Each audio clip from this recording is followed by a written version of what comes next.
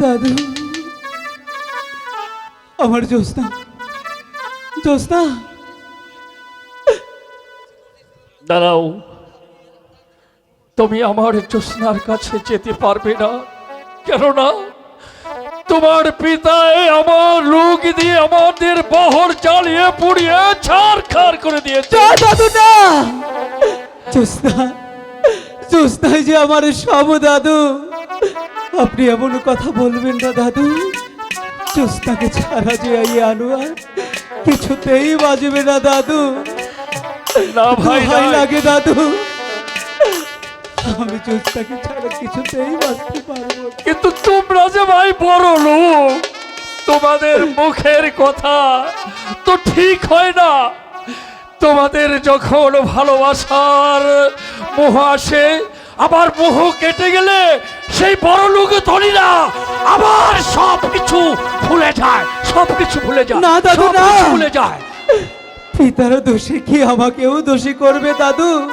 দাদু, আমি যে সব ত্যাগ করে শুধু জ্যোৎস্নার কাছে এসেছি। সত্যি সত্যি বলছি দাদু, আমি চাই না সেই রাজপ্রাসাদ, চাই না সেই সোনা করি।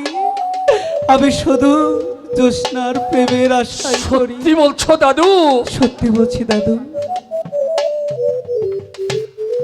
জ্যোৎস্না, এবার লো, তোর সেই রক্তের টানে সেই সাজাদাকে তোর কাছে টেনে এনেছে।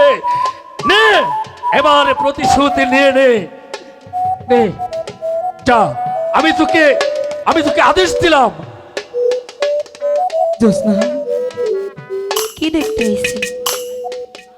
বাইসে আছি না মইরা গেছি? না জ্যোৎস্না, আমি শুধু তোমাকে নিতে এসেছি জ্যোৎস্না। নিতে আইছি? কই নিয়ে যাবেন আপনি আমারে? রাজপ্রাসাদে আমার সাথে যাবে তুমি। কোন রাজপ্রাসাদ? যেই রাজপ্রাসাদ থেকে আপনার বাপে আমারে দূর দূর করে তাড়াইয়া দিচ্ছে, সেই রাজপ্রাসাদে। জ্যোৎস্না, তুমি একটিবার বিশ্বাস করে জ্যোৎস্না, এসবের কিছুই আমি জানি না।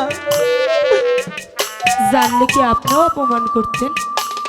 জ্যোৎস্না, তোমাকে অপমান করব আমি? এ কথা তুমি বলতে পারলে জ্যোৎস্না? পারলাম। জ্যোৎস্না, আমি যে সেই রাজপ্রাসাদ সব ত্যাগ করে শুধু তোমার ভালোবাসার ভিখারি হয়ে তোমার কাছে চলে এসেছি জ্যোৎস্না। তুমি আমাকে খালি হাতে ফিরিয়ে দিও না জ্যোৎস্না। আমাকে ভালোবেসে তোমার মন মন্দিরে আমাকে একটু জায়গা দাও জ্যোৎস্না। আমি যে শুধু তোমার প্রেমের ভিখারি জ্যোৎস্না, তোমার প্রেমের ভিখারি। আপনি এ থেকে চলে যান, আমি আপনার ভালোবাসি না। আমাকে ভালোবাসো না, এ কথা তুমি বলতে পারলে? পারলাম। এটাই তোমার মনের কথা? হ্যাঁ, এটাই তোমার শেষ কথা? শেষ কথা। দাদু, সাজাদা, দাদু, জ্যোৎস্নাকে একটু বোঝাও দাদু। জ্যোৎস্না ছাড়া যে আমার জীবনে আর কিছু নেই দাদু। আমি জ্যোৎস্নাকে ছেড়ে যেতে পারবো না দাদু। আমি যে জ্যোৎস্নাকেই শুধু চাই, জ্যোৎস্নাকেই শুধু ভালোবাসি।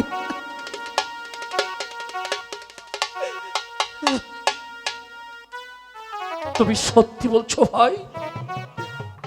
দাদু, তুমি পারবে সামান্য একটা পেদের মেয়েকে তোমার চিরসাথী করতে? পারবো। তাহলে তাকে রাখবে কোথায়? প্রাসাদে নিয়ে যেতে পারবে?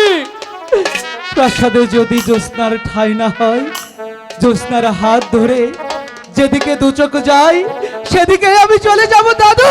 সত্যি তবু বলছো? জ্যোৎস্নাকে ছেড়ে আমি কিছুতেই যাব না দাদু। ওরে জ্যোৎস্না, অবুঝ হোসনে বোন, সাজাদা কথা দিয়েছে সে কোনোদিনই তোকে অনাদর করে দূরে সরিয়ে দেবে না। রাজপ্রাসাদে যদি তোর স্থান না হয়, তার পিতা মাতা যদি তোকে আশ্রয় না দেয়, তাহলে তোর হাত ধরে সে চলে আসবে সেই পথে, বুঝলে? আর অভিমান করিসনি মা, আর অভিমান করিসনি। ওকে তুই কাছে টেনে নে, বুঝিয়ে দে সেই রাজাকে, বুঝিয়ে দে বেঈমানির কত শাস্তি, একবার তাকে উচিত শিক্ষা দিয়ে দে। জোসনা, তোমার পুরস্কার তুমি গ্রহণ করবে না জোসনা? জোসনা, তুমি আমার পিতার সেই অপমানে আমার মুখ দেখে তুমি ক্ষমা করে দাও না জোসনা? একটিবার তোমার বুকে জড়িয়ে নাও। মোজাম্মেল ভাই,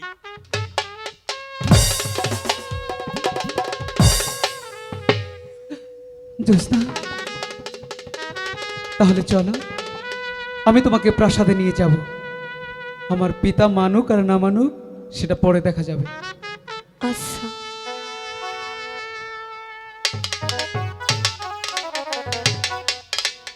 দাদু, আমাদের শুধু আশীর্বাদ করুন, আমি জোসনাকে নিয়ে যেন সুখী হতে পারি। দাদু,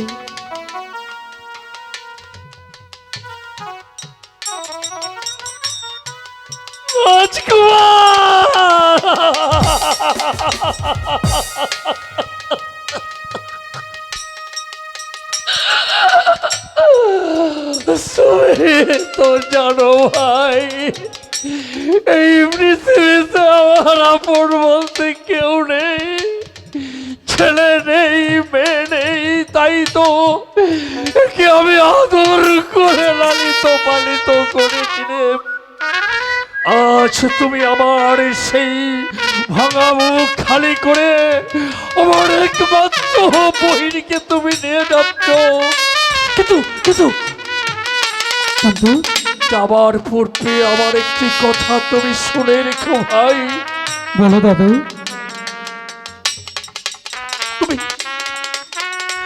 তুমি আমার এই আদরের নাতনিকে তুমি কোনোদিন ভুলে যাবে না, এই কথা তুমি আমার সম্মুখে আমার কাছে তোমার প্রতিজ্ঞা করতে হবে। দাদু, আমি তোমাকে প্রতিজ্ঞা করে বলছি, জোসনাকে আমি কোনোদিনও ভুলবো না। প্রয়োজন হলে এই আনোয়ার নিজের জীবন বিলিয়ে দিবে, কিন্তু জোসনার গায়ে একটি কাটার আঁচড়ও লাগতে দেবে না দাদু।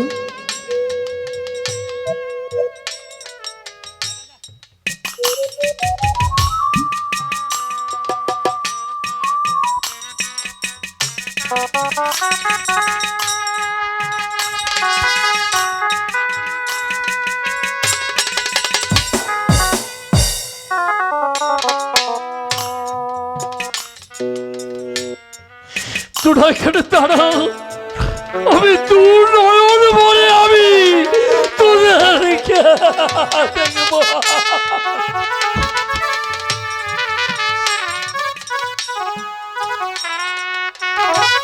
বাবা, কি চমৎকার!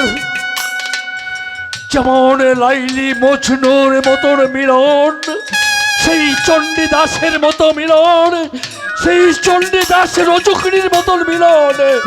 হে মহান আল্লাহ তাআলা, তোমার দরবারে আমি কাকুতি মিলিত করে রাখছি, আমার নাতনির ভালোবাসাকে কোনোদিনই তুমি অনাদর করো না। বিদায় দাদু, বিদায়, বিদায় দাদু।